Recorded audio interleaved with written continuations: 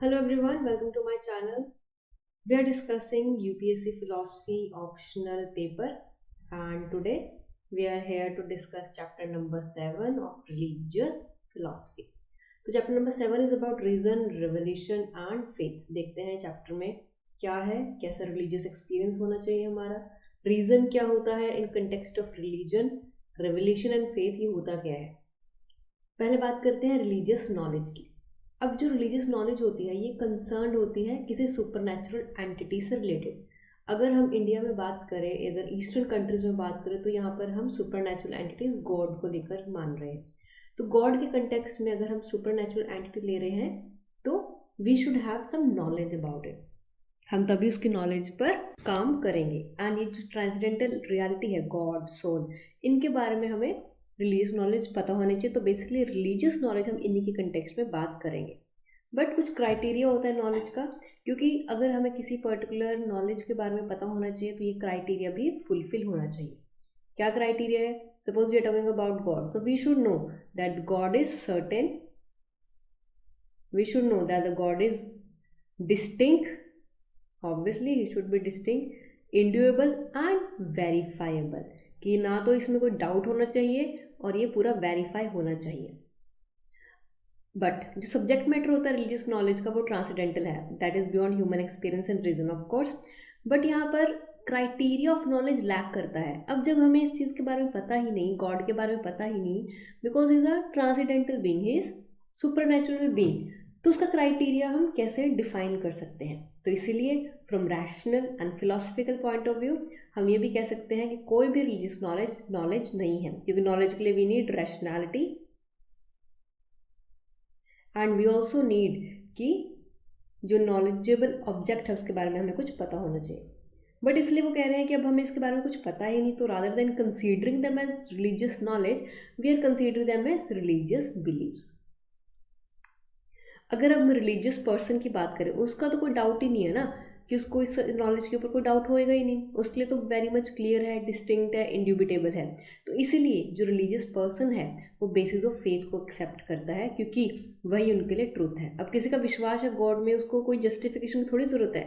He won't question the identity of God, whether God exist और not. तो उसके लिए तो वो है, उसके लिए तो वो ट्रू है, उसके लिए वो उसका सच है. तो इसलिए यहाँ पर क्वेश्चन नहीं आता. काफ़ी सारे सोर्सेज देखते हैं रिलीजियस नॉलेज के लिए, वो है revolution, mysticism, miracles and many other things. Foundation देखते हैं रिलीजियस बिलीव्स की. तो जो it has been accepted by religious thinkers that there is a religion a priori, कि जो रिलीजन है वो यहाँ पर है ही है, वो फैक्चुअल बेस्ड है ही है. मतलब आप इसको क्वेश्चन नहीं कर सकते कि रिलीजन होना भी चाहिए कि नहीं. वो कहते हैं यहाँ पर ये है, कि वहाँ पर कुछ ऐसा है ह्यूमन स्ट्रक्चर का जो कि इंसान को पुश करता है टुवर्ड्स हेवन. कि अब भगवान है, अब हम सब, हमें बोला जाता है सद काम करो, अच्छे कर्म करिए, तभी आपको भगवान की प्राप्ति होगी, you will move towards heaven. तो एक तरह से प्रॉम्प्ट करता है ह्यूमन को. एंड ये भी कहा जाता है कि मैन के ऊपर पावर दी जाती है with strong pre dissipation towards his spiritual quest. और ये जो स्पिरिचुअल प्रेजेंट होती है मैन के अंदर, यही उसको रिलीजियस बिलीफ को राइज करती है, क्योंकि हर एक पर्सन के अंदर कोई ना कोई रिलीजियस कंटेक्स्ट होता है, रिलीजियस पावर होती है, स्पिरिचुअल पावर होती है, तो उसी को उसको क्वेस्ट करना चाहिए. यहाँ पर दो टाइप के रिलीजियस बिलीव्स की बात की जा रही है, belief in and believe that. Belief in के बारे में होता है एक पर्सन का एटीट्यूड के बारे में, चाहे वो ह्यूमन हो या डिवाइन हो. और believe that refer to proposition, जो रीज़न जिसमें डिमांड कर सकते हैं, जिसमें रीज़न प्रेजेंट भी कर सकते हैं. एंड दोनों में ही हमें सबसे पहले क्या चाहिए, हमें इसमें ट्रस्ट चाहिए. ट्रस्ट होगा तभी चीज़ें हैं, ट्रस्ट नहीं है तब कोई भी चीज़ नहीं है. हाउएवर जो बिलीव इन है, trust is strong so much that even life can be risk. कि अगर बिलीव इन में अगर आप मान रहे हो कि अगर हमारा, suppose for example if I take Osho, he was a person जिसने अपनी स्पिरिचुअल पावर को बहुत ज़्यादा अपलिफ्ट किया, उसका यूज़ किया, उसको उसने समझा, और उसने उसके चक्कर में अपनी लाइफ को भी रिस्क लिया, बिकॉज ही वॉज लाइक कि मैंने एनलाइटनमेंट ले ली. तो that was the criteria for him. तो इसके लिए अगर आपको रिलीजियस बिलीव्स लेकर आना है तो you should be very much strong about it. और जो बिलीवर्स होते हैं, जो बिलीव करते हैं गॉड में अपनी पूरी श्रद्धा से, उनको can not be reduce to believe that. आप उनको बिलीव दैट में नहीं ला सकते, क्योंकि this is like believing in a friend. अब बिलीफ इन गॉड के बारे में बात करें, ये हाईली वैल्यूएटिव रहा है। ऑब्वियसली इट्स सब्जेक्टिव, फैक्चुअल तो यही नहीं है, ये सब्जेक्टिव रहा है ना कि ऑब्जेक्टिव। ऑब्जेक्टिव ये नहीं है। तो यहाँ पर ये एक्सेप्ट करते हैं the acceptance of existential proposition, क्योंकि कॉग्निटिव नहीं है and can not be assimilated to factual or scientific knowledge. Obviously आपका भगवान में बिलीफ, आप उसको जस्टिफाई नहीं कर सकते ना। यहाँ पर आप इंटरेस्टेड भी हो सकते हो, डिसइंटरेस्टेड भी हो सकते हो। जो लोग इंटरेस्टेड होते हैं उनके लिए वो भगवान की शरण में जाते हैं कि अगर अच्छा टाइम हुआ तो दे गो टू गॉड, उनको थैंक करने के लिए। बुरा टाइम आ रहा है तब जाते हैं भगवान के पास। But human beings give him thanks for all his favours then they do this in interested way. But वो कहते हैं कि हम जब हम उदास होते हैं, कुछ अच्छा नहीं चल रहा होता है, हमारे तरीके से काम नहीं हो रहा होता, तब तो हम भगवान के पास पूरी श्रद्धा से जाएंगे। लेकिन जैसे ही हमारा काम हो जाता है हम उसको थैंक करते तो हैं, बट उतने दिल से नहीं करते जितने दिल से हम उसकी हेल्प मांग रहे थे। तो एक तरह से यहाँ पे इफेक्टिव और फीलिंग डिपेंडेंट रहता है, तो सब्जेक्टिव रहता है। और जो नियरेस्ट एनालॉग है बिलीफ इन गॉड के लिए वो भी होगा कि हमारा जो बिलीफ है गॉड में ये एक फ्रेंड की तरह होना चाहिए, जहाँ पर it is a matter of absolute trust, क्योंकि ये फंडामेंटल है, गॉड थिंग है, without which there would be no other, जिसके अलावा और कुछ नहीं हो सकता। अब प्लेस देखते हैं रीज़न की। जो फंक्शनल रीज़न का वो यही होता है कि हम कंट्रोल करें, गाइड करें जो भी हमारे ट्रेंड्स चल रहे हैं, जो हमारी डिज़ायर्स चल रही हैं, हम उसको एक तरह से सिस्टमेटिक वे से काम में लेकर आए। और रिलीजन अगर हम बात करें, ये मैन की आइडियल सेल्फ को ड्राइव करता है, इसलिए हमें इसको भी कंट्रोल करना है, गाइड करना है। तो इसलिए ये भी सच है कि दिस आइडियल सेल्फ, जो हमारी आइडियल सेल्फ है, इसको हम प्रेजेंट करते हैं अपने रिलीजन के ऊपर, जो कि हमारी डिपेंड करता है अपब्रिंगिंग के ऊपर। बट अब हर एक इंडिया में इतने सारे रिलीजन हैं, इतने सारे डिफरेंट लोग हैं, डिफरेंट डाइटीज़ हैं। अगर हम हिंदू रिलीजन की बात करें तो वहाँ पर भी कितनी सारी डाइटीज़ हैं, कितनी सारी मूर्ति होती हैं। कृष्णा जी की है, शिव जी की है, पार्वती जी की है। तो you have to choose your own deity. अगर आप चूज़ कर रहे हो तो आपका बिलीफ सिस्टम उसी के अकॉर्डिंग होगा, और वो डिपेंड करेगा आपकी अपब्रिंगिंग पर कि आप किस पर्टिकुलर फैमिली में जन्म ले रहे हो। तो उसी की वजह से आपकी जो डिपेंडेंट होगी सेंसिटिविटी भी डेवलप की जाएगी। तो इसलिए जो मैन का रीज़न है वो वेल इस्टेब्लिश होगा उसके बिलीफ में कि वो किस काइंड ऑफ डाइटी को चूज़ कर रहा है, किस पर्टिकुलर डाइटी वो पूजा अर्चना कर रहा है। Reason can and do play some functions in religion. तो रीज़न भी यहाँ पर कुछ ना कुछ फंक्शन प्ले करता है। कैसे? सिलेक्शन में, कि हमें कौन सी डाइटी या कौन से स्क्रिप्चर को फॉलो करना चाहिए, क्योंकि हर एक पर्सन का, हर एक डाइटी का जो स्टांस है वो डिफरेंट है। तो नोशन सबका अपने अपने हिसाब से ही हम अपने डाइटी को चूज़ करते हैं। One has to use reason as far as to him to make a decision about his deity. यहाँ पर क्लैशेस भी आ जाते हैं डिफरेंट रीजन में, क्योंकि डिफरेंट पॉसिबल रिजल्ट्स के चांसेस होते हैं। क्योंकि अगर क्लैश होता है तो क्रॉस फर्टिलाइजेशन होगा आइडियाज़ का, जहाँ पे एक रिलीजन के बिलीफ प्रैक्टिसेस दूसरे रिलीजन बिलीफ प्रैक्टिसेस से क्लैश होंगे। एंड क्लैश से रिजेक्शन भी होगा, कि सपोज कृष्ण जी की डाइटी को मैं प्रेफर करती हूँ तो मे बी मैं शिव जी की डाइटी को प्रेफर नहीं करूँ, कि नहीं मेरे लिए कान्हा जी सब कुछ है, कृष्णा जी सब कुछ है, लेकिन शिव जी नहीं है। तो एक तरह से यहाँ पर फोर्स कन्वर्जन भी होगा कि मैं अपने आप अपने गॉड को ही प्रमोट कर रही हूँ। एंड यहाँ पर मास कन्वर्जन भी तभी होता है, सपोज 10 लोग फॉलो कर रहे हैं कृष्ण जी को और 5 लोग फॉलो कर रहे हैं शिव जी को, तो बाद में 5 वाले हैं वो 10 के पास चले जाएंगे कि नहीं शायद कृष्ण जी की ज़्यादा मेच्योरिटी है, ज़्यादा बात सुनते हैं, ज़्यादा जल्दी रिप्लाई करते हैं, तो we should get converted into Krishna bhakt. तो एक तरह से ऐसा होता है, क्योंकि काफ़ी सारे फॉरेनर्स होते हैं जैसे ग्रीक्स, हंस, पार्थियन, जिन्होंने अटैक किया था, ये बाद में हिंदुइज्म में भी कन्वर्ट हो गए थे, because they were so deeply influenced by our culture.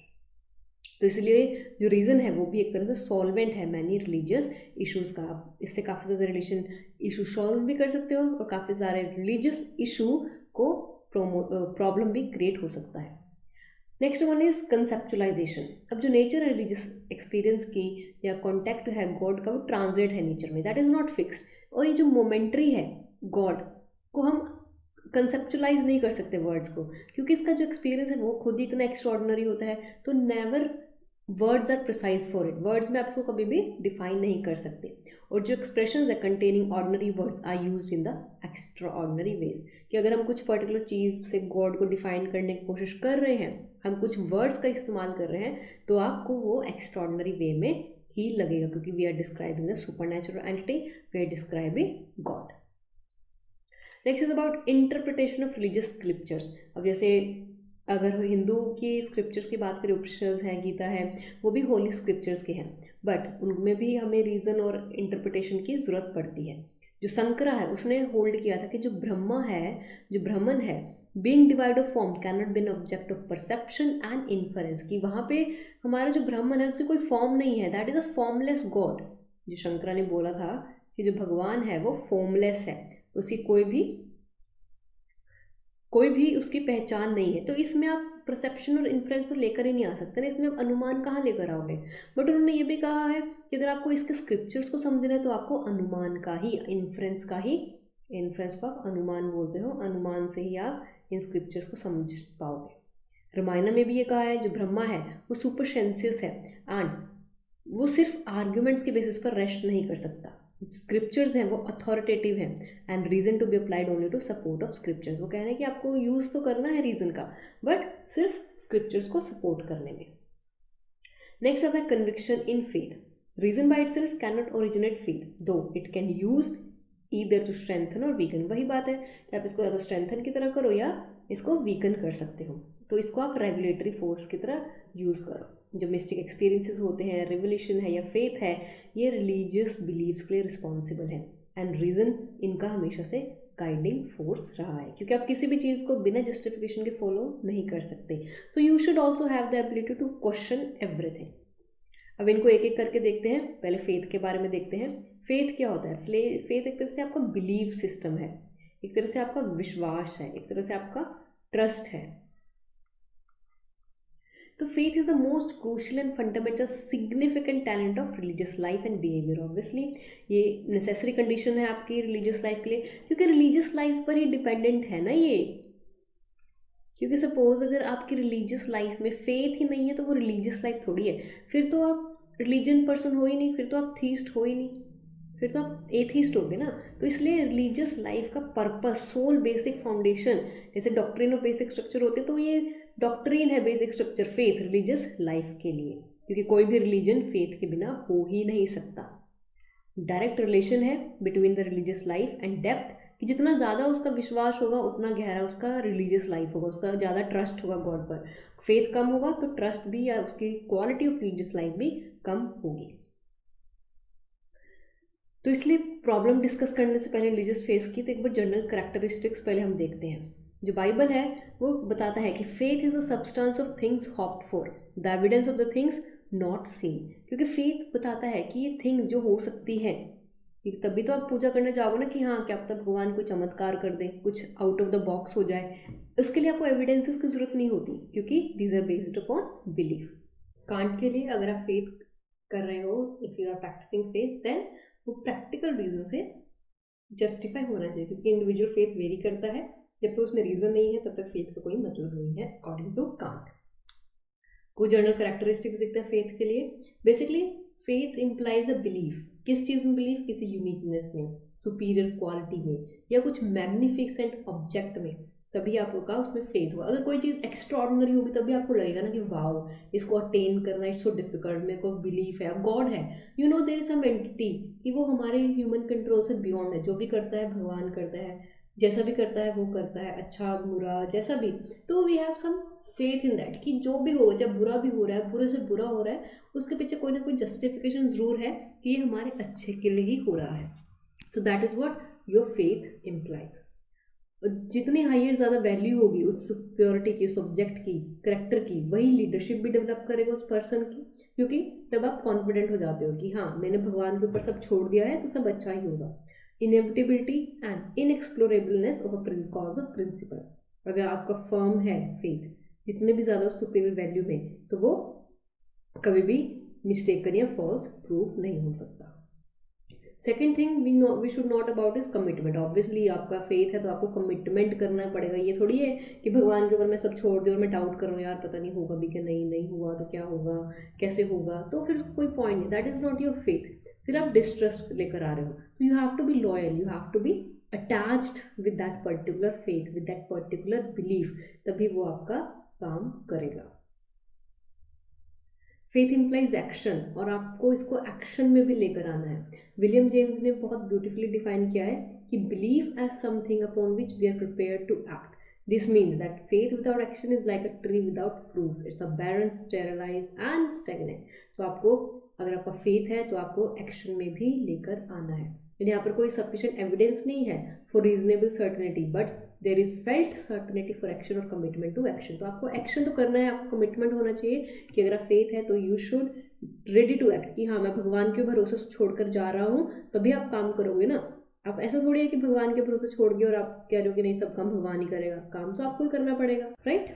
और next thing is also about self surrender. अब आपको, अगर आपका कमिटमेंट है, कमिटमेंट फॉर एक्शन है, तो ऑब्वियसली आप सरेंडर कर ही रहे हो। जब तक सरेंडर नहीं होगा, डेडिकेशन नहीं होगा, तब तक कोई मतलब नहीं है फेथ का। क्योंकि जो थीस्ट होते हैं वो भगवान के ऊपर कितना ज़्यादा डेडिकेटेड होते हैं, डिवोटेड होते हैं, सरेंडर होते हैं। तो सरेंडर है तभी उनके लिए काम कर रहा है। और आपको विलिंग होना चाहिए सेक्रीफाइस के लिए, कि जो भी रिक्वायर्ड होगा मैं उसके लिए तैयार हूँ। भगवान मेरी परीक्षा ले रहा है तो लेने दो, मैं भी देखता हूँ कब तक लेता है या कितनी लेता है, I am ready for it. तो you should be surrender, you should have the blind faith in that particular object you are having faith. Next one is faith is that source of inspiration. Obviously वो inspiration तो देगा ही ना, आपको बताएगा कि चाहे वो सब्जेक्टिव फीलिंग है इंस्पिरेशन की, चाहे वो ऑटो सजेशन है या सेल्फ हाइप्नोसिस है या due to any super natural agency है, is difficult to determine and the controversy regarding its true origin can be finally settled. अगर आप कंट्रोवर्सी में जाते हो कि भगवान का ओरिजिन कैसे हुआ, कहाँ से है, तो फिर आपको फेथ क्वेश्चनेबल हो जाएगा ना।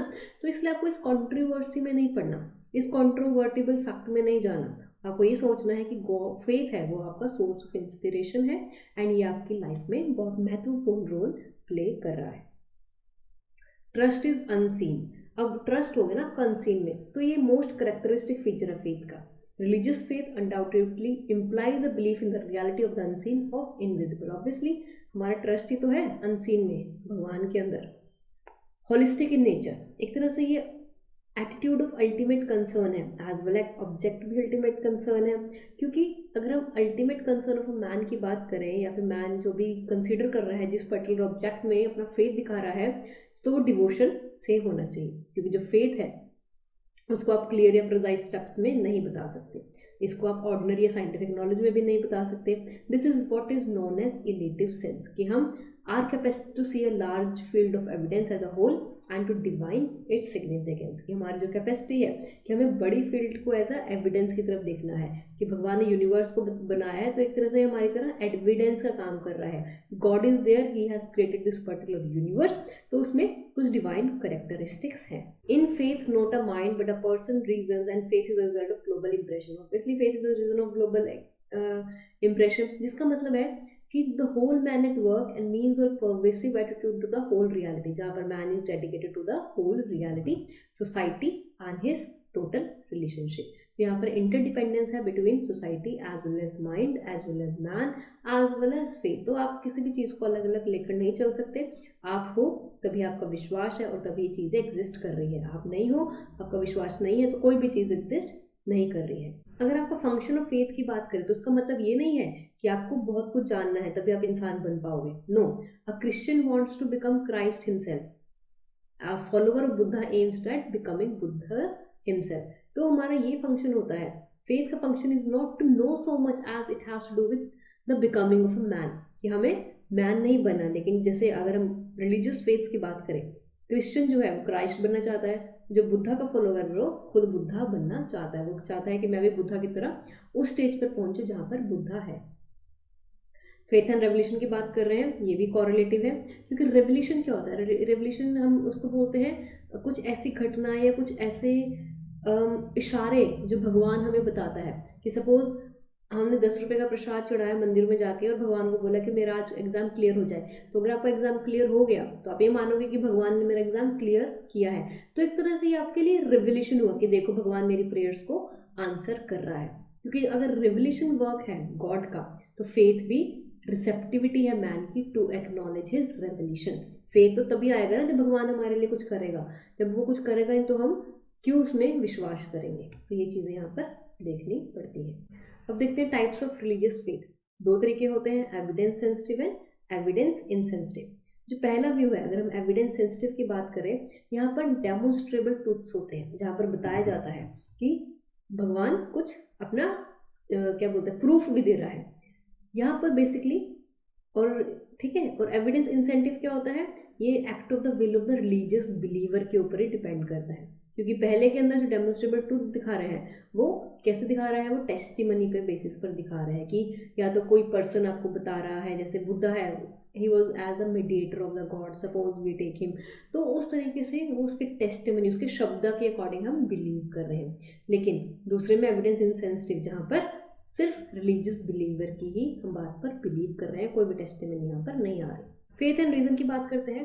ट्रेडिशनली बात करें तो दोनों माना जाता है जस्टिफिकेशन रिलीजियस बिलीफ के लिए, बट सेम एपिडेमिक फंक्शन इनका सर्व होता है in a matter of much interest of philosophers and theologians, कि कैसे दोनों रिलेटेड है एंड कैसे रैशनल एजेंट क्लेम करते हैं कि हमें इनसे ड्राइव करना है, क्योंकि कोई भी कॉन्फ्लिक्ट नहीं हो सकता फेथ एंड रीजन के ऊपर। अगर हमने रीजन को अच्छे से इम्प्लीमेंट करा है, एम्प्लॉय करा है एंड फेथ को हमने अच्छे से समझा है, तो यहाँ पर कभी भी कोई भी कॉन्ट्राडिक्टरी या कॉन्फ्लिक्टिंग क्लेम्स नहीं आएंगे। वेयरएज अगर कुछ लोग ये भी मानते हैं कि जो फेथ एंड रीजन कभी भी एक साथ जेन्युइन कंटेंशन नहीं हो सकता, क्योंकि जिन्होंने पहला व्यू लिया है जो कि बोल रहे हैं कि साथ में चलेंगे तो कोई भी कंपटीशन नहीं आएगा, वो डिसएग्री करते हैं as to faith and reason ought to prevail when the two are in conflict, कि वो कहता है कि जब दोनों कॉन्फ्लिक्ट में हो तब भी ये दोनों चीज़ें प्रिवेल करती हैं। एग्जाम्पल देखते हैं किंकीगार्ड का। वो कहते हैं कि उन्होंने फेथ को प्रायोरिटाइज किया है, कि अगर उन्होंने फेथ को इतना प्रायोरिटाइज कर दिया है कि अगर वो इरेशनल जजमेंट भी पास कर रहे हैं तब भी वो बोल रहे हैं कि ये फेथ के ऊपर है। सपोज वो कहते हैं कि भगवान हेवन में बैठते हैं, तो उन्होंने उसको इस पर्टिकुलर स्टांस को इतने अच्छे से बिलीव कर लिया है ना कि इरेशनल है कि भगवान हेवन में बैठते हैं, because nobody has seen it, तो it is their faith, it is their belief system, they are believing it, तो ये बहुत ज़्यादा इरेशनल है। अगर हम लॉक की बात करते हैं, वो फेथ में रीजन को लेकर आते हैं, एंड ये भी कहा जाता है कि अगर रीजन आ रहा है तो वो अनसाउंड हो जाएगा, क्योंकि वो बिलीफ सिस्टम है, तो बिलीफ सिस्टम में रीजन इज क्वाइट अनसाउंड। कुछ जो फिलोसफर्स हैं, लॉजिकल पॉजिटिविस्ट्स हैं, उन्होंने डिनाई किया है that there is a domain of thought और human existence rightly governed by faith, asserting, वो कहते हैं कि कोई भी ह्यूमन सिस्टम फेथ के बेसिस पर गवर्न नहीं कर जाता है। इंस्टेड जितने भी मीनिंगफुल स्टेटमेंट्स हैं या आइडियाज हैं वो रैशनल एग्जामिनेशन के बेसिस पर ही चल रही है, न कि फेथ के बेसिस पर। तभी तो वो लॉजिकल पॉजिटिविस्ट हैं, तभी तो वो लॉजिक तो लेकर आएंगे ना बीच में। तो इसलिए भी कहा जाता है कि अगर रिलीजियस बिलीफ है simple on the basis either of faith alone और ऑफ रीजन अलॉन, तो अगर आपका रिलीजियस बिलीफ है या तो आप सिर्फ फेथ के ऊपर रखो या फिर सिर्फ आप उसको रिलीजन के ऊपर रखो। अगर एक का फेथ गॉड में लैक कर रहा है या फिर उसकी एग्जिस्टेंस को डिनाई कर रहा है, तब भी वो रिलीजन प्रैक्टिस कर सकता है। इसका मतलब ये नहीं कि वो रिलीजन प्रैक्टिस नहीं कर सकता, ऑब्वियसली वो रिलीजन प्रैक्टिस कर सकता है अगर उसका भगवान में विश्वास नहीं है। अगर हम बेसिक प्रॉब्लम की बात करें रीजन ऑफ फेथ में, वो आता है जब रिवोल्यूशंस होती हैं या सेट ऑफ रिवोल्यूशंस होते हैं जो कि कुछ ज़्यादा रिलीजन्स बोलते हैं, क्योंकि वो सेक्रेट प्रोनाउंसमेंट्स के ऊपर डिपेंड होती हैं, उनके ट्रेडिशन में बताया जाता है कि हमारे किसी डिवाइन अथॉरिटी ने ये बताया है, चाहे वो ओरली बताया हो या फिर रिटन फॉर्म में बताया हो। कुछ मेजर्स इम्यून भी होते हैं रैशनल क्रिटिक से एंड इवैल्यूएशन से, एंड कुछ अटैम्प्ट भी करते हैं, वेरीफाई करने की कोशिश करते हैं रिलीजियस बेसिस को based upon the kind of category. But कुछ या ज़्यादातर जो रिलीजियस ट्रेडिशंस होते हैं वो अलाउ करते हैं कुछ रैशनल एग्जामिनेशंस में कि आप ठीक है, आप फेथ में रिलीजन में रीज़न लेकर आओ, तो इस तरह से हमारा जो फेथ है वो भी जस्टिफाई हो जाएगा। टू बेसिस व्यूज देखते हैं, इंटरप्ले जो प्ले कर रहे हैं between these two. Rational validation view of faith and reason.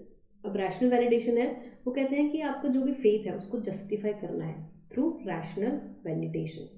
यहाँ पर आपको एविडेंस देखने हैं कि गॉड के एग्जिस्टेंस के लिए एविडेंस क्या है, रिकार्नेशन का एविडेंस क्या है, क्या लाइफ आफ्टर डेथ एग्जिस्ट होती है, मतलब you have to question everything, चाहे वो धर्म से रिलेटेड हो, कोई भी रिलीजियस बिलीफ से रिलेटेड हो, and these are the examples of rational validation कि you have to question everything. Question करोगे तभी आपको आंसर मिलेंगे। That was the belief of rational validation of faith and reason. Next one is non evidential view of faith and reason.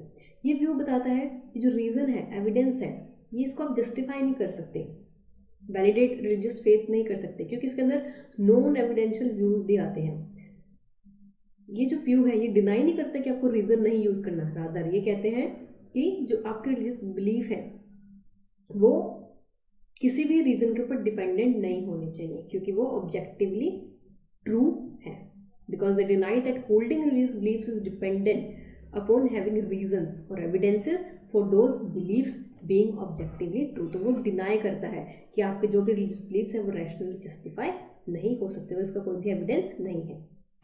अब फेटिज्म की बात करते हैं। फेटिज्म basically deems inappropriate to rationally justify one's religious belief and faith. This when not fetishist existence thinker Kierkegaard। तो basically किंकेगार्ड के views को हम देखते हैं, वो कहते हैं कि कोई भी सॉलिड प्रूफ नहीं है रिलीजियस फेथ को प्रूव करने के लिए, यानी अगर यहाँ पर होगा भी तो वो किसी भी पर्टिकुलर पर्सन में रिलीजियस भावनाएं पैदा करने में अनसक्सेसफुल होगा। उन्होंने कुछ पॉइंट्स मेंशन किए हैं कि कुछ सर्टेन डॉगमास होते हैं किसी भी रिलीजन में, पैराडॉक्सेस होते हैं जो कि रीजन और लॉजिक से जस्टिफाई नहीं हो सकते। अगर हम क्रिश्चियन डॉगमा की बात करें, वो बिलीव करते हैं कि there is an infinite God becoming a finite human being, कि जैसे जो क्राइस्ट था he was a human being but वो उसको गॉड की फॉर्म में लेते हैं। तो कैसे इन्फाइनाइट जब गॉड है वो गॉड की फॉर्म में कैसे आ सकता है? तो यहाँ पर ये पैराडॉक्स बता रहे हैं which can not be sustained by reason. But यहाँ पर अगर आपका फेथ है कि हाँ हमारे लिए क्राइस्ट ही भगवान थे, तो आप you can not question that. तो यहाँ पर जो गैप है ट्रांसेंडेंट गॉड एंड मैन के बीच में, उसको आप डायलेक्टिकल थिंकिंग से फुलफिल नहीं कर सकते, लेकिन वो सिर्फ लीप ऑफ फेथ के थ्रू ही आप उसको फुलफिल कर सकते हो। जो फेथिस्ट है, जो फेथ वाले पर्सन है, जो कि फेथ के बेसिस पर रिलीजन में काम कर रहे हैं, वो सभी रिलीजन्स में मिलते हैं। अगर हम श्रद्धा की बात करें, बुद्धिज्म में वो एक्सेप्ट करते हैं बुद्धा टीचिंग्स को which comes prior to one's right understanding on right thought. और अगर हम 8-4 पाथ की बात करें, वो भी फेथ स्टेप है, एक्विनेस है, जहाँ पर कोई भी रैशनल आर्गुमेंट की जगह नहीं है। ये जो भी टीचिंग्स है बुद्धा की, they just take it as it is without even questioning it. Criticism देखते हैं। अब अगर हम रिलीजियसली प्लूरिस्टिक कल्चर है इंडिया का ऑब्वियसली, तो कौन सा रिलीजन फॉलो करना चाहिए, कौन सा सेट ऑफ बिलीव्स फॉलो करना चाहिए, किसको बंदे को कमिट होना चाहिए, that is like totally subjective, क्योंकि this may not be an issue in the culture in which there is only one religious live option. Obviously India में ही ये क्वेश्चन आएगा ना कि कौन सा चीज़ को फॉलो करना चाहिए, बट जहाँ पर एक ही कल्चर है, एक ही रिलीजियस फिलोसफी है, तो आपको उसी को फॉलो करना चाहिए। तो अगर आपको काफ़ी ज़्यादा लाइव ऑप्शंस यहाँ पर देखने को मिल रहे हैं, so depending upon your faith, depending upon your nature of the society you're born, depending upon your commitment, depending upon the ideals of the worship you wish to follow, तो उसके basis पर आप फॉलो कोई भी faith कर सकते हैं। तो दैट मीन्स कि फेथ और रीजन आपको रिलीजन डिसाइड करने में हेल्पफुल नहीं होता। Next is about revolution. अब रेवल्यूशन एक तरह से रिलीजियस टर्म है जो कि बताता है कि कैसे जो डिवाइन है या सेक्रेड एंटिटी है वो रिवील करती है to the purpose of man. Definition, that is uncovering or disclosure via communication from the divine, something that has been previously wholly or partially hidden or unknown. It is a process or art of making divine truths known. तो यहाँ पर जो भी divine truths हैं उसको आप प्रत्यक्ष रूप से दिखा रहे हो, रिवील कर रहे हो, तो ये इसमें रेवल्यूशन का मतलब है। तो इसका मतलब यही है कि आपको लाइट में लेकर आना है जो पहले हिडन था, चाहे वो भगवान के बारे में नॉलेज हो, कॉस्मोलॉजी हो, सोल हो, सुपरनैचुरल एंटिटी हो, या किसी भी पर्टिकुलर नॉलेज के बारे में जो ordinary human existence, ordinary human knowledge के बियॉन्ड हो। रिलीजियस पर्सन की बात करें, जो ये नॉलेज है ये रिवील, ये directly communicated to some privileged person, कि कुछ प्रिविलेज पर्सन को ही ये नॉलेज दी जाती है जिसको आप चूजन बींग्स बोलते हैं, चूजन वंस बोलते हो। और ये चूजन किसने किए हैं? ये गॉड ने ही चूज किए हैं। सपोज अगर हम बुद्धा का एग्जाम्पल दें तो हम कह सकते हैं कि भगवान के बंदे थे, बोलते हैं ना, तो ये भगवान ने उनको चूज किया है, गॉड हैज चूजन देम, ताकि वो पूरे वर्ल्ड में अच्छी वैल्यूज को प्रमोट कर सके। तो ही was a chosen one, he was the privileged person. And इनको ये भी बोला जाता है कि इनको मिस्टिकल इंसाइट्स आती हैं या कुछ हिस्टोरिकल इवेंट्स या स्पिरिचुअल एक्सपेंसेस के बेसिस पर इनको नॉलेज होती है जो कि इंडिविजुअल्स की लाइफ को ट्रांसफॉर्म करने में ये हेल्पफुल होते हैं। बाइबल के अकॉर्डिंग हम बात करें तो गॉड हिडन एंटिटी होती है, लेकिन उपनिषद में हम बात करें बोलते हैं ब्राह्मण को हम जान ही नहीं सकते, अननोएबल है एंड अननोन है। तो एक तरह से गॉड सुपर सेंशियस एंटिटी है, ना तो वो हम उसके बारे में जान सकते हैं ना ही उसको समझ सकते हैं थ्रू परसेप्शन और inference. He can only be understood by revolution. तो आपको सिर्फ रेवल्यूशन के बेसिस पर ही वो समझ सकेंगे। जैसे बोलते हैं कि मुझे सपना आया भगवान के बारे में, he was trying to hint में समथिंग कि ये होना चाहिए या ये सही दिशा है। तो इस तरीके से जब रिवलेशंस होती हैं, आपको रोशनी मिलती है, तो आप बोलते हो कि ये भगवान ने ही दिया है, उसकी वजह से आपका फेथ गॉड में जा रहा है। एंड ये तब आता है जब आपकी इनर अर्ज होती है टू नो गॉड। तो गॉड ने भी अपने आप को रिवील किया है सीक्रेट स्क्रिप्चर्स के बेसिस पर, बाइबल, कुरान, या through angel, demon, vision, special messengers, his creation and Holi spirit. And basically most religion refers to signs such as auditory phenomena, subjective vision, dreams and ecstasies. तो हर एक religion का different way है किसको वो मान रहे हैं कि भगवान ने इशारा भेजा है. अब नेचर एंड सिग्निफिकेंस देखते हैं. These are accepted not as a matter of logical inference, but ये हम उसके लिए नहीं कह रहे कि एक तरफ से logically justify, but sudden unexpected illuminations होती हैं जो ह्यूमन स्पिरिट को ट्रांसफॉर्म करती हैं. देखते हैं कि कैसे वो जस्टिफाई कर रहे हैं इस चीज़ को. अगर हम पहले वाले रिलीजन में बात करें, पहले होती थी मैजिकल टेक्निक्स के थ्रू ऑफ डिविनेशन, कि भगवान को चमत्कार कर रहा है. आकाशवाणी जिसको बोलते थे कि आकाशवाणी के थ्रू भगवान हमें बता रहा है कि क्या हमें करना चाहिए या क्या फ्यूचर में होने वाला है. जैसे कंस की जो डेथ है उसके बारे में आकाशवाणी पहले ही हो गई थी. तो पहले ऐसा होता था. अगर हम प्रॉफिटिक रिलीजन की बात करें, वहाँ पर होता था वर्ड ऑफ गॉड के थ्रू. और ये कौन करते थे? प्रॉफिट करते थे, जो कि भगवान के मैसेंजर होते थे. एंड ये जुडाइज्म, क्रिश्चियनिटी, इस्लाम एंड ज़ोरेस्ट्रियनिज्म में माना जाता है, जो कि गॉड के स्पोक्समैन उनको कंसीडर किया जाता है. मिस्टिकल रिलीजन में बात करें, जैसे कि इस्लामिक, सूफिज्म, तांत्रिक बुद्धिज्म, ये मानते हैं कि revelation is viewed as an ineffable experience of the transcendent और द डिवाइन, की ऐसा एक्सट्रीम एक्सपीरियंस है ये ट्रांसेंडेंट डिवाइन ही कर सकता है. ये भी कहा गया है जो रिलीजन भगवान को मानते हैं कि वो फ्री है, पर्सनल स्पिरिट है, वो अलग होता है वर्ड से. क्योंकि for word they have to accept revelation in the most specific sense of a divine self disclosure, कि भगवान ने ही उसको डिस्क्लोज किया है, कि भगवान ही खुद को बता रहा है कि ही इज प्रेजेंट, कि ही इज सेल्फ डिस्क्लोजिंग, कि भगवान ने ही खुद को सेल्फ डिस्क्लोज किया है. एंड ये ह्यूमन इंटर सब्जेक्टिव रिलेशनशिप के ऊपर डिपेंडेंट है. अगर हम इंडियन ट्रेडिशन की बात करें, वहाँ पर भी डॉक्ट्रिन ऑफ रेवल्यूशन को सपोर्ट किया जाता है एज ब्रह्मा और गॉड, क्योंकि उनके अकॉर्डिंग, इंडियन ट्रेडिशन के अकॉर्डिंग, कि भगवान नेचर में प्रेजेंट है, तो इसलिए God is revealing himself by the process of nature. तो इसलिए and even through the scriptures like Vedas, Upanishad, Gita, तो ये सब भगवान ने ही किया है. तो हमें भगवान में बिलीव करना है. That is our faith system that has to be there. Third है थ्रू इनकारनेशन. बोलते हैं कि भगवान ने जन्म लिया है, इंसान रूपी जन्म लिया है. अब बोल रहे हैं कलयुग में कल के अवतार आएंगे, दैट वाज अ इनकारनेशन. तो इसके तहत भी हम मानते हैं कि गॉड इज देयर एंड वो रिवील टाइमली करता है ताकि बुराई का अंत हो सके. क्योंकि भगवद गीता में भी ये कहा है, whenever there is a decline of righteousness and rise of unrighteousness, I then incarnate myself, कि जब भी कुछ बुराई होगी तो मैं जन्म लूंगा. अगर हम ब्रह्म सशक्तकरा की बात करें, यहाँ पर भी लिबरेटेड सोल्स होते हैं जिनको जीवन मुक्ता बोलते हैं, वो भी इस पर्टिकुलर लाइफ से, बॉन्डेज से लिबरेट हो जाते हैं. जैसे कि रामकृष्ण परमहंस को बोला जाता है कि वो उन्होंने माँ काली विजन को फेवर किया था, ब्रह्म को रियलाइज किया था through the process of meditation and enlightenment. Hence pure in heart shall see God. वो कहते हैं कि अगर आपका दिल प्योर है, अगर आपकी मन की भावनाएं प्योर है, तो आपको भगवान दिखेगा ही दिखेगा. Therefore through the doctrine of grace, doctrine है ग्रेस की, जिसके अकॉर्डिंग गॉड अपने आप को रिवील करता है अपने डिवोटीज को, बट अपनी ही इच्छा के अकॉर्डिंग, कि कब करना है कब नहीं करना चाहिए, और वो रिवील करता है through the process of miracles. जो रिवल्यूशन है वो इंपॉर्टेंट सोर्स है, फाउंडेशन है रिलीजियस नॉलेज का, एंड एपिस्टेमोलॉजिकली भी सिग्निफिकेंस है. क्योंकि रिलीजियस पर्सन के लिए तो है ही ना, उसके लिए तो क्वेश्चन है ही नहीं कि ये पर्टिकुलर चीज़ एग्जिस्ट कर रही है नहीं. It is there, it is in प्रमाण. उनके लिए प्रमाण ही है कि रिवल्यूशन है, तो यहाँ पर भगवान अपने आप को हमें हिंट दे रहा है कि ही इज़ देयर, तो that means God is there. तो एक तरह से उसका प्रमाण है, एंड यही प्रमाण उसकी पर्सनैलिटी को बहुत ज़्यादा इन्फ्लुएंस भी करता है. जो रिवल्यूशंस है ये रिसीव होते हैं on behalf of the whole community, कि पूरे कम्युनिटी के बिहाफ पर होते हैं, इसको पब्लिक बोलते हैं. एंड कुछ प्राइवेट रिवल्यूशंस होते हैं जो कि पर्टिकुलर रेसिपिएंट के लिए होते हैं, जिसको गाइड करता है in day to day activity और whatever the purpose his life in his life he is following. Next one is general revelations. कुछ ईस्टर्न रिलीजन्स में डिफर करते हैं वेस्टर्न रिलीजन से, क्योंकि in that they place less emphasis on special exclusive relation received by a chosen people.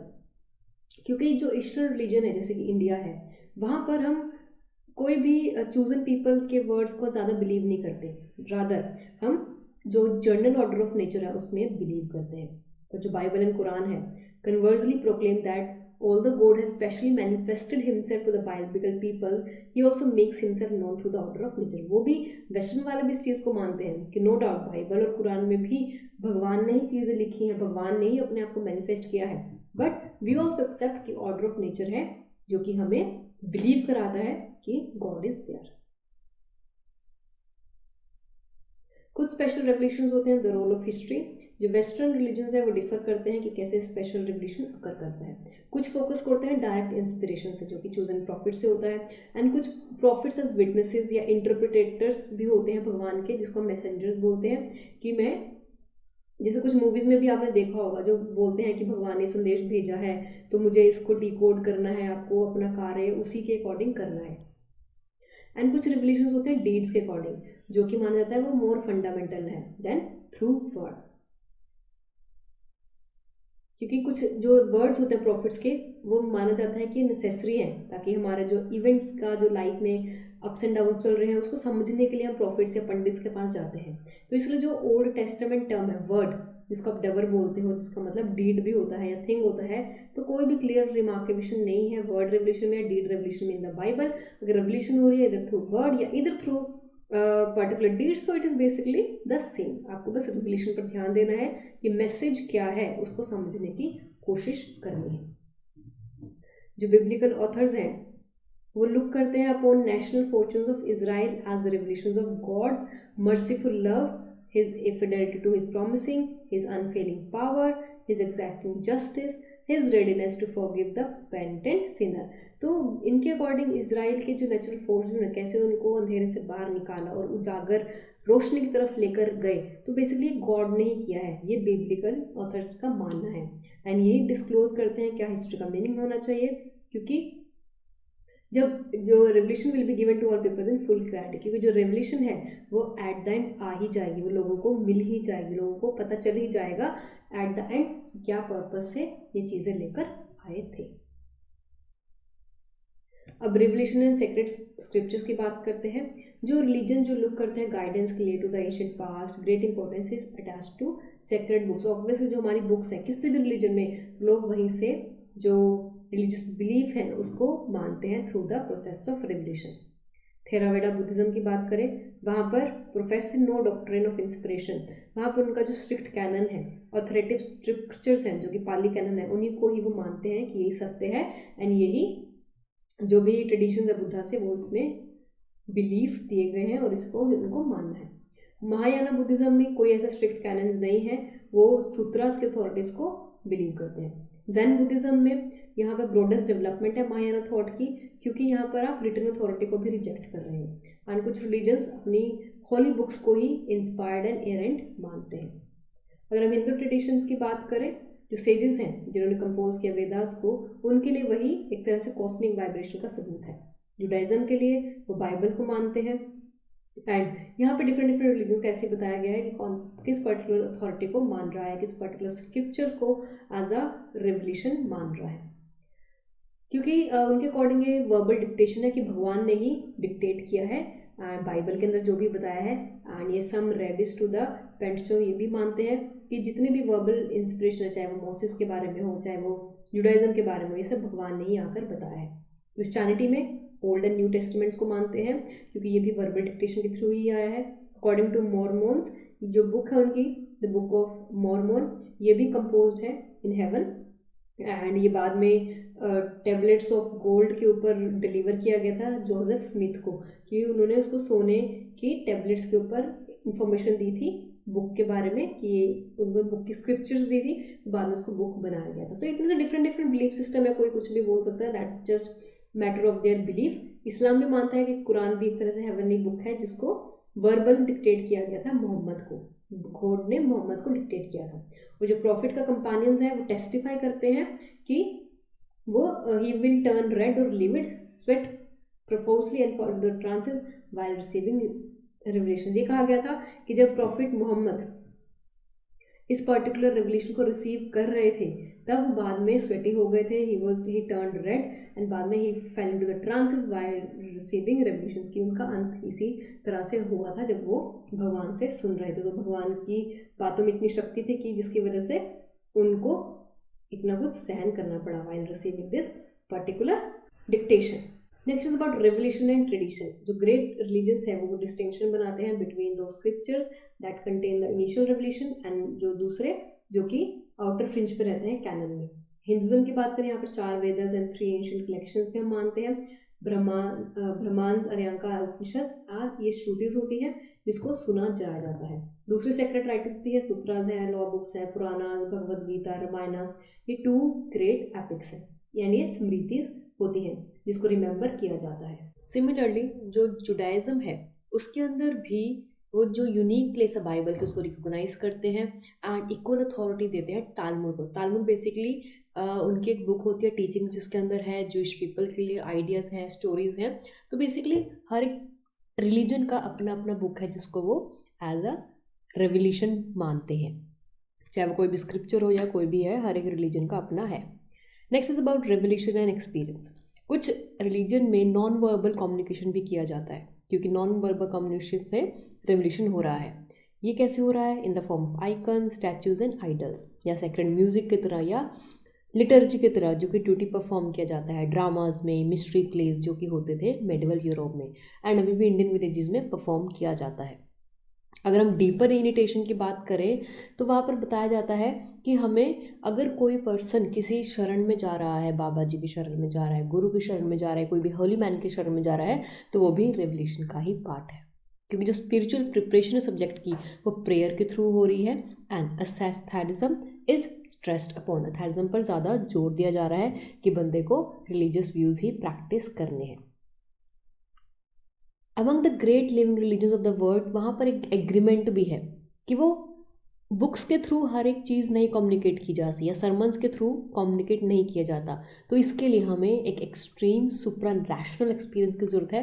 That is God. That is what has made the presence of God relevant there. इसीलिए ecstatic contemplation की ज़रूरत है कि हम सिर्फ books के ऊपर depend नहीं रह सकते.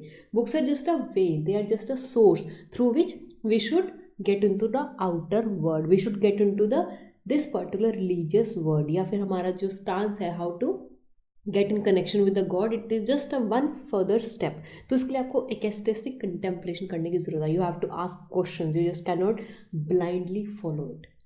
Next is about revelatory relationships. कुछ फॉर्म्स ऑफ मिस्टिसिज्म में अगर हम ईस्टर्न रिलीजन की बात करें वहाँ पर बेसिकली मेजर गोल होता है एब्जॉर्प्शन इनटू द डिवाइन, कि हमें भगवान में लीन हो जाना है. एंड वहाँ पर आप लीन हो जाते हो तो आपको अपनी कॉन्शियसनेस को तो खोना पड़ेगा ना. अगर आप कोई चीज़ सरेंडर कर रहे हो, अपने आप को पूरी तरह शरण में जा रहे हो भगवान की, तो you have to lose your own self consciousness. और अगर हम वेस्टर्न रिलीजन की बात करें या हिंदुइज्म की बात करें वहाँ पर डिस्टिंक्शंस होती हैं ऑफ इंडिविजुअल पर्सनैलिटी, क्योंकि वहाँ पर कहते हैं कि आप लीन नहीं हो सकते, आपको अपनी इंडिविजुअलिटी को मेंटेन रखना है. इस्लामिक ऑर्थोडॉक्सी की बात करते हैं वहाँ पर बोलते हैं कि जो कम्युनियन है मैन का भगवान के साथ वो आपको भगवान के सामने सबमिट करना है क्योंकि वो as a part of its duty, as a part of its obedience है towards the creator. Islamic Sufism की बात करें वहाँ पर है aspiration for personal union with God. वहाँ पर आप पर्सनली यूनियन होते हो जहाँ पर सेल्फलेसनेस का कंसेप्ट आता है. Next is about revolution and religion. अब बात किया जा रहा है कि क्या रेवल्यूशन में भी रीज़न हम लेकर आए. ऑब्वियसली अब रिलीजन है तो उसमें रीज़न का तो स्कोप नहीं होना चाहिए क्योंकि religion is all based upon faith. अगर आप फेथ को क्वेश्चन कर रहे हो that means you are not a religious person, that is means you are atheist. अगर हम प्रॉब्लम इसमें बात करें relationship between revelation and reason, एक तरह से क्योंकि जो रेवल्यूशन है वो तो इस पर्टिकुलर वर्ड से बाहर है ना, that is beyond this particular word, that transcends the categories of ordinary rational thought. Obviously इसके तो बाहर है, हमारे लॉजिक से बाहर है जो रेवल्यूशन है, क्योंकि रेवल्यूशन है वो ट्रांसमिट किया जा रहा है ऑथोरेटिव रिकॉर्ड से या कंटेंट से जो कि बिलीवर वेरीफाई नहीं कर सकता. बुद्धिज्म की बात करें वहाँ पर कुछ स्कोप होता है इंडिविजुअल रीजन का क्योंकि वो क्रिटिसाइज करते हैं ऑथोरेटिव राइटिंग्स को, बट वहाँ पर भी वो चार्ज फेस करते हैं. They have to face the charge that the illumination to which it aspires may be illusionary, कि वो जो बोलते हैं कि जिस पर्टिकुलर कंटेक्स्ट में सुपर नेचुरल एंटिटी के कंटेक्स्ट में अगर हम बात करते हैं, यहाँ पर हम बात कर रहे हैं गॉड के बारे में, तो वो उसको एज एन इल्यूजरी मान रहे हैं क्योंकि जो ऑर्थोडॉक्स हिंदूज है वो तो पूरा बिलीव वेदा में करते हैं ना, वहाँ पर कहते हैं कि ह्यूमन रीजन का तो आएगा ही नहीं, क्योंकि उनके लिए तो वो चीज़ सेक्रेड है, उनके लिए चीज़ वो एग्जिस्ट कर रही है। They are not questioning whether God exist और not, they are assuming, they just believe कि गॉड डस एग्जिस्ट। तो यहाँ पर जो टेंशन है बिटवीन फेथ एंड रीजन वो पर्टिकुलर इक्वेट है वेस्टर्न रिलीजन्स में, क्योंकि ये फाइंड करते हैं कि जो रेवल्यूशन है सिर्फ होली बुक्स में नहीं होता बट प्रॉफिटिक वर्ड्स में भी है, जो कि डेफिनेट असेंट देते हैं एंड कमांड करते हैं एक प्रिसाइज कोर्स ऑफ एक्शन। जो एम्बिगिटीज़ हैं स्क्रिप्चर्स की रिलीजन्स में वो फ्रीक्वेंटली क्लियर करती हैं जो क्रीड्स हैं, डोगमास हैं कम्युनिटीज़ के, इसलिए वहाँ पर बोला जाता है, क्योंकि बेसिकली जो स्क्रिप्चर्स हैं, दे राइटिंग्स हैं, they just providing answer, they are just providing solutions to every problem you have. तो वी टेंड टू थिंक कि okay these are the revelations of the God and God knows what problem we are going to face, तो इसलिए उन्होंने already solutions readymade बनाकर रखे हुए हैं। तो एक तरह से ट्रू बिलीवर्स के लिए there is no question of questioning. Judaism, Christianity, Islam में बात करें वो आते हैं हेलेनिस्टिक कल्चर में एंड वो हेल्ड अप करते हैं idea of rationally certified knowledge as the basis of good life, कि जो नॉलेज है जिसको हम अटेन कर रहे हैं वो रैशनली सर्टिफाइड होनी चाहिए।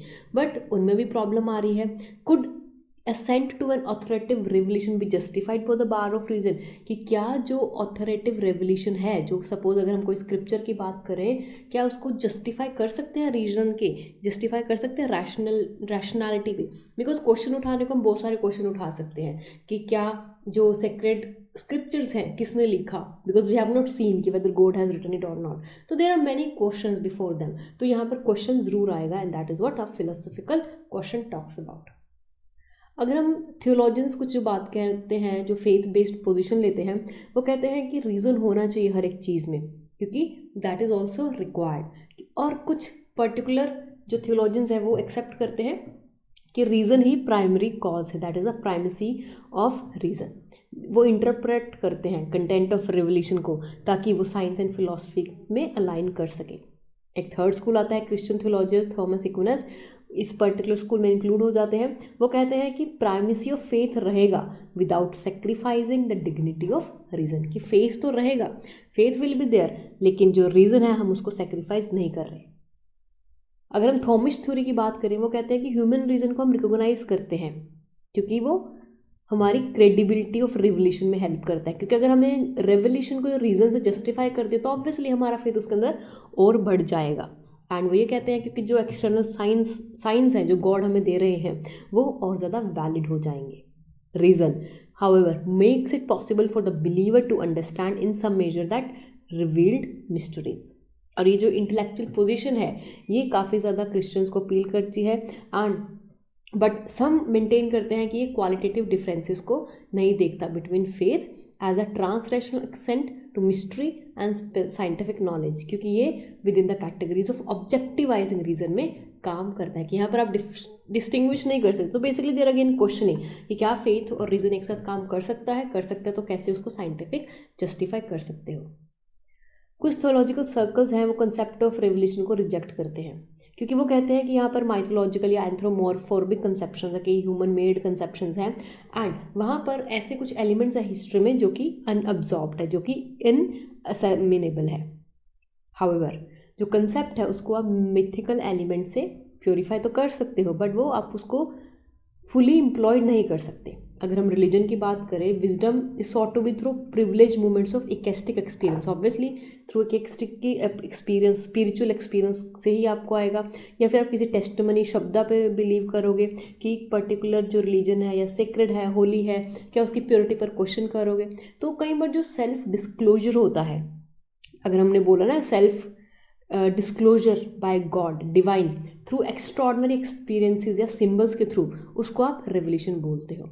बट जो परवेसिवनेस आइडिया की रेवल्यूशन की, बिकॉज हर एक रिलीजन का अपना एक सिमिलर थियोलॉजिकल प्रॉब्लम रहा है कि कैसे रेवल्यूशन को मानना है, कौन सी रिवील्ड नॉलेज है एंड कैसे जो रेवल्यूशन है वो एक तरह से प्राइमरी थीम बन चुका है डायलॉग का among great religions of mankind. So basically it's about religion and it's about different faiths that have assumed कि revelation को हमें कैसे लेकर आना है. Next is about revelation and faith. वो कह रहे हैं कि अगर revolution is the work of God, अगर बोल रहे हैं कि भगवान का काम है रिवील करने का, तो फेथ रिसेप्टिविटी है मैन की, ताकि इसको एक्नॉलेज कर सके, इस रेवल्यूशन को एक्नॉलेज कर सके। तो faith and religion both he correlative है, एंड फेथ के बेसिस पर ही रिवल्यूशन को एक्सेप्ट किया जाता है। से फेथ का भी सेम प्लेस है रिलीजन में जैसे कि रीज़न का फिलॉसफी में है। अगर हम फेथलेस रिलीजियस पर्सन की बात करें तो वो मेयर कॉन्ट्रडिक्शन है, ऑब्वियसली कॉन्ट्रडिक्शन ही होगा ना, रिलीजियस पर्सन तो फेथ वाला होगा, फेथ नहीं है तो वो रिलीजियस पर्सन नहीं है। एंड इसलिए यही सफिशिएंट कंडीशन भी है रिलीजन की, फेथ के बेसिस पर ही आप जस्टिफाई कर सकते हो how much a person is religious और not. For a religious person this is the guarantee of truth. Obviously Kant क्या कहते हैं, faith has subjective certainty, obviously every person has its own subjective certainty regarding to faith. Sufficient for action, yes sufficient for action, but insufficient for objective knowledge. अब faith है तो उसको आप objectively justify नहीं कर सकते ना, वो सब्जेक्टिव है, हर एक पर्सन का फेथ डिफरेंट है, तो यू कैनॉट ऑब्जेक्टिवली जस्टिफाई, तो वो ऑब्जेक्टिव नॉलेज का पार्ट नहीं है, दैट इज सो ऑब्वियस। तो ये कैंट का स्टांस है because he is the philosopher of reason. अब टाइप्स एंड वेरिएशंस देखते हैं कि पहले किस टाइप का फेथ होता था, किस टाइप के रिवोल्यूशन को हम मानते थे, एंड आज के टाइम में हम किस टाइप के रिवोल्यूशन को मान रहे हैं। प्रिमिटिव ऑफ ट्राइबल रिलीजन की बात करें तो आपको याद होगा, अगर हमने हरप्पन सिविलाइजेशन पढ़ा है, इंडस वैली सिविलाइजेशन पढ़ा है, तो वहाँ पर अगर आपको याद होगा हमने एमुलेट्स मिले थे, हमें बोन्स मिले थे डेड के, या अनयूजुअल एनिमल्स मिले थे जिसकी पूजा होती थी, तो उस टाइम पर ये सेक्रेड होते थे एंड इसको रिवोल्यूशन का पार्ट माना जाता था, चाहे वो सेक्रेड ट्रीज हो, ग्रूव्स हो या श्राइन्स हो। या अगर हम नेचुरल एलिमेंट्स की बात करें that is earth, water, sky and heavenly bodies की भी पूजा की जाती थी, क्योंकि इनका सिंबॉलिक वैल्यू होता था एंड एक तरह से मेडिटिंग न्यूमियस स्पिरिचुअल एक्सपीरियंस भी प्रोवाइड करते थे। जो करिज्मेटिक इंडिविजुअल्स होते थे, शमन्स होते थे, वो कम्यून करते थे इनके साथ, क्योंकि वो सेक्रेड होते थे इन पर्टिकुलर चीज़ों के साथ, एंड वही फंक्शन परफॉर्म करते थे जो आज के टाइम में प्रॉफिट या मिस्टिक परफॉर्म कर रहा है। अब रिलीजन ऑफ द ईस्ट की बात करते हैं। जो ईस्टर्न रिलीजन्स होता है that basically we are talking about eastern, it is India, China, Middle East, तो ये कंट्रीज ईस्टर्न रिलीजन में आती है। यहाँ पर हम बात करते हैं कि कैसे उनका मानना था कि किस पर्टिकुलर चीज़ों को वो रिलीजन में लेकर आ रहे हैं या रेवोल्यूशन का पार्ट मानते हैं। वहाँ पर मैन के स्ट्रगल को समझा जाता था, अंडरस्टैंड किया जाता था with regard to his understanding of the existence of the world, and वहीं पर उसका इमेंसिपेशन होता था, फिर एनलाइटनमेंट अचीव करते थे, यूनिटी अचीव करते थे एब्सोल्यूट के साथ। वेस्टर्न रिलीजन में क्या होता था, वेस्टर्न रिलीजन में मैन का जो ऑबिडियंस था towards the word of God वो माना जाता था, एंड वहाँ पर डिवाइन सेल्फ कम्युनिकेशन होता था, ना कि वहाँ पर डिवाइन सेल्फ कम्युनिकेशन होता है कि बंदा खुद ही, it is like one person is taking all the responsibility of his enlightenment. लेकिन इंडिया में ऐसा नहीं है, ईस्टर्न रिलीजन्स में ऐसा नहीं है, क्योंकि वहाँ पर we tend to focus on unity with the absolute, वहाँ पर हम सेल्फ कम्युनिकेशन में नहीं बिलीव करते थे। हिंदुइज्म की बात करते हैं। हिंदुइज्म में क्या है, revelation journey views as a process whereby the religious seeker actuating his deeper spiritual powers, escape from the world of change and illusion and come into contact with ultimate reality, कि वो इस पूरी मोह माया से escape हो जाता था, मोह माया से बच जाता है, अपने spiritual powers को और बढ़ाता है, illusions से बाहर निकलता है, enlighten होता है और ultimate reality के contact में आता है। और ये सब चीज़ें सेक्रेड बुक्स में भी मेंशन है, एंड यही नेसेसरी ऑर्डर ऑफ थिंग्स भी है। अगर हम वेदांता की बात करें जो कि मेजर हिंदू थॉट है, उसके अंदर दो टेंडेंसीज आती है, monistic that is Advaita and theistic that is भक्ति। अगर आप रिलीजियस नहीं हो, इट डजंट मीन कि आपके पास रिलीजियस बिलीफ नहीं है। आपको भगवान में विश्वास करने के लिए जरूरी कंडीशन नहीं है, if you have to be religious, it is not कि you have to be theist that you have to believe in God, no, without believing in God you can be religious, that is shown in Buddhism, क्योंकि वहाँ पर भी Buddhism में भी enlightenment discipline and meditation के through ही लाया गया है। उन्होंने भी ह्यूमन ट्रांसेंडेंट एक्सपीरियंस किया, एज अ ह्यूमन किया, फिर बाद में एस्थेटिकल कंटेम्पलेशन किया, फिर उनको इल्यूमिनेशन मिली, फिर उसके बाद वो सुप्रीम टीचर बन गए अपने फॉलोअर्स के। ऑल्दो जो बुद्धिस्ट है वो सुपर नेचुरल रिवोल्यूशन की बात नहीं करते, क्योंकि वो उनके लिए बुद्धा ही लिबरेटिंग ट्रूथ है। कुछ उसको रिस्पेक्ट करते हैं, वेनरेट करते हैं, वर्शिप करते हैं, एंड जो बुद्धिस्ट है उसी को इमिटेट करने की बात करते हैं, बिकॉज उनके लिए Buddha is the perfect embodiment of ideal manhood, an idea that he in some way reveals, कि बुद्धा ने ही सब चीज़ों को रिवील किया है। So we want to be become like Buddha, we have to gain enlightenment. Religions of the West की बात करते हैं, 3 रिलीजन्स आते हैं यहाँ पर, जुडाइज्म, क्रिश्चियनिटी एंड इस्लाम। यहाँ पर भी जो रेवल्यूशन है वो बेसिक कैटेगरी आता है रिलीजियस नॉलेज की। Man knows God and his will because God has freely revealed himself, his qualities, purpose और इंस्ट्रक्शन। तो इसमें भी यहाँ पर रेवल्यूशंस देखते हैं कैसे आई है। जुडिज्म में बात करते हैं, ये बेसिकली इजराइल फेथ की बात करता है, जहाँ पर ओल्ड टेस्टामेंट में फंडामेंटल रिवल्यूशंस मेंशन है जो गॉड ने रिवील किया है। किसको रिवील किया है? पेट्रियार्क्स को या प्रोफिट्स को रिवील किया है। जैसे पहले रिलीजन में, प्रिमिटिव रिलीजन में फेनीज होते थे जो कि विजिबल मैनिफेस्टेशंस और डिवाइन में, लेकिन यहाँ पर ड्रीम्स, विजन्स, ऑडिशंस, इकेस्टिसिस के बारे में बताया गया है कि ये माइटी डीड्स हैं। एंड इसी की वजह से इजराइल्स को इजिप्ट से बाहर निकाला गया था, उनको अपनी होली लैंड पे कॉन्कर करने दिया था। जो मोसेस थे, प्रॉफिट्स थे, वो बताया गया था कि वो चूजन पर्सन थे, they were the chosen man by God, जिन्होंने गॉड की विल को इंटरप्रेट किया एंड नेशन को पर्पस दिया। एंड इन्हीं के वर्ड्स इंस्पायर होकर जो लोग हैं वो फॉलो कर रहे हैं in the loving obedience as the word of God, कि वो मान रहे हैं कि जो भी ये बोलते हैं, प्रॉफिट जो भी बोल रहे हैं, मोसेस जो भी बोल रहे हैं, these are the loving obedience, these are the word of the God.